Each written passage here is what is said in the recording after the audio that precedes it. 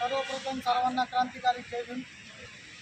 आज आपण Dombivli police station या ठिकाणी सर्व मोठ्या संख्येने उपस्थित आहोत।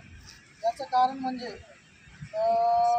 सरन्यायाधीश भूषण गवई यांच्यावर झालेला भ्याड हल्ला, यानिमित्त आपण लोणीगंज पोलीस स्टेशनला या संदर्भात एक निवेदन देऊन त्या संबंधित व्यक्तीवर, त्याचं नाव आहे राकेश किशोर, हा पेशाने वकील असून सुद्धा त्याला एका सरन्यायाधीशाची किंबहुना मला असं वाटतं एखाद्या दलित सरन्यायाधीशाची किंमत नसावी, या विकृत मानसिकतेतून हा घडलेला प्रकार असावा असं आम्ही मानतो।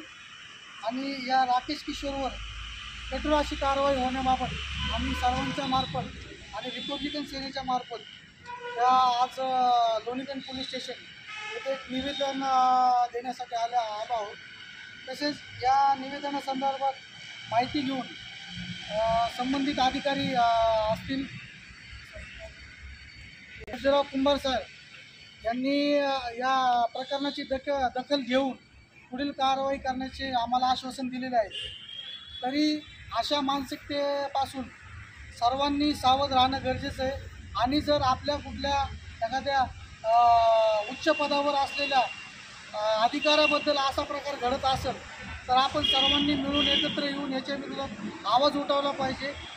मी असं मानतो की हा फक्त आपल्या एका समाजाचा विषय नसून सर्वोच्च न्यायाधीश हे एक भारताचे संवैधानिक पद आहे, त्यामुळं आज सर्वांचा अधिकार आहे की त्यांनी याविषयी आवाज उठवून कारवाईची मागणी केली पाहिजे। पण शोकांतिका अशी आहे की या संदर्भात फक्त दलित समाज आवाज उठवत आहे, याचं आम्हाला आता खूप वाईट वाटत आहे। तरी पण आम्ही आमची या संदर्भात पूर्ण पाठपुरावा करून कारवाईची मागणी केलेली आहे आणि या घटनेचा आम्ही रिपब्लिकन सेनाच्या वतीने आणि शिरूर हवेली मतदारसंघाच्या वतीने जाहीर निषेध करत आहोत। जय भीम।